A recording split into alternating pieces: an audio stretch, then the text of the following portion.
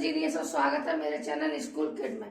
मैं रेखा तिवारी फिर आपके सामने एक और रस लेकर आई हूँ जिसको कहते हैं बीज रस। जैसा कि बच्चों मैंने आपको बता दिया है कि रस होता क्या है, मैं एक बार और आपको रिवीजन करवा देती हूँ। जिस काव्य को पढ़ने से या सुनने से हमें जो आनंद की प्राप्ति होती है उसको हम रस कहते हैं।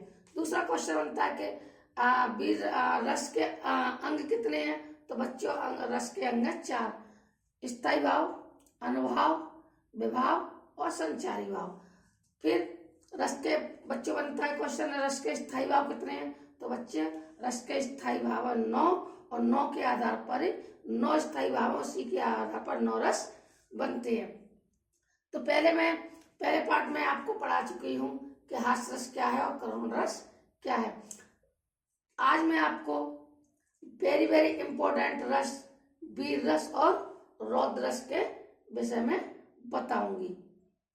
तो बच्चों जैसा कि आपको मालूम है कि हाई स्कूल, इंटर की एंड अदर तैयारी जो आप कर रहे हो, या हाई स्कूल की कर रहे हो, इंटर की कर रहे हो, या अदर किसी की भी कंपटीशन की तैयारी कर रहे हो, तो उसमें इसके द्वारा कोई ना कोई क्वेश्चन जरूर बनता है।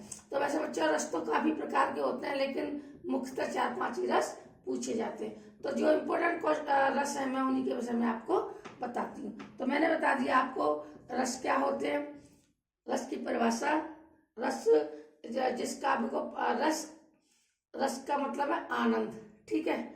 रस का स्थायी भाव है आनंद।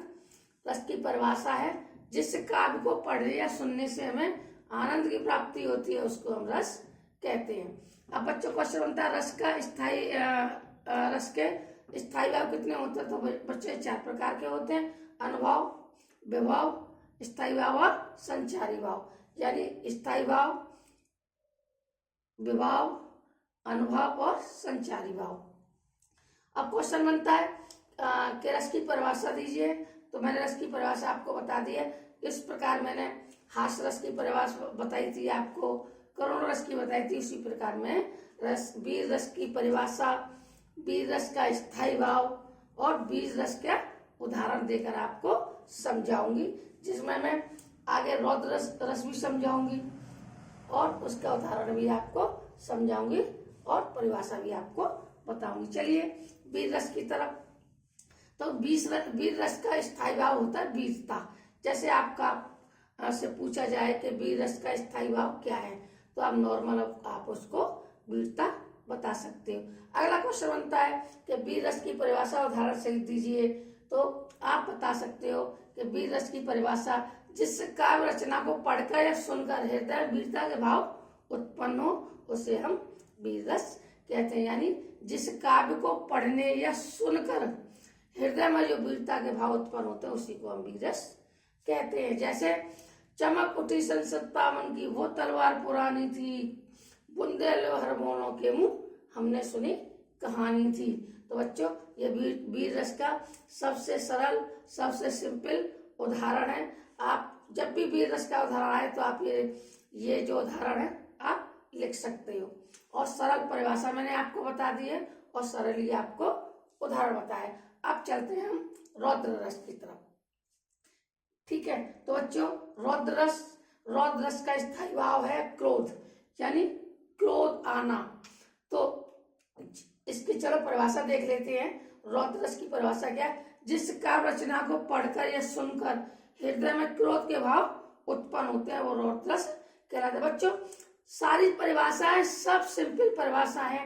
अगर हास्य रस की है तो जिस काव्य रचना को पढ़कर या सुनकर हमारे हृदय के भाव उत्पन्न होते हैं वो आपकी हास्य रस हो गई। वीरता के भाव हुए उत्पन्न तो वीर रस हो गया।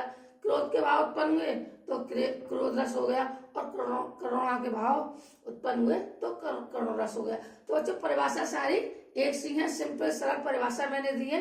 इसी में आप जैसी चाहे परिभाषा को आप जोड़ सकते हो, जो भी रस है उसको आप उसमें जोड़ सकते हो। सारी परिभाषाएं एक ही समान है। जिस काव्य रचना को पढ़कर सुनकर हृदय में क्रोध के भाव उत्पन्न हो उसको हम क्रोध रस, रौद्र रस कहते हैं। यानी रौद्र रस का जो स्थायी भाव है, इसका अगर स्थायी भाव पूछा जाए तो आप क्रोध बता सकते हो। इसका उदाहरण देखिए, अस कही रघुपति चाप चढ़ावा और यह मत लक्ष्मण के मनवावा।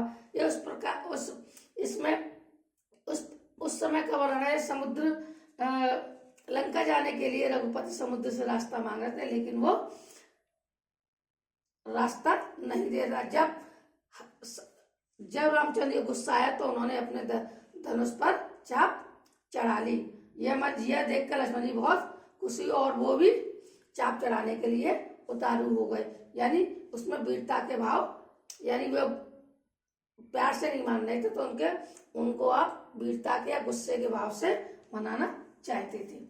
इसी प्रकार इसका स्थायी भाव क्रोध, यानी रघुपति बहुत ज्यादा गुस्सा हुआ, उन्होंने जल्दी से चाप चढ़ा ली।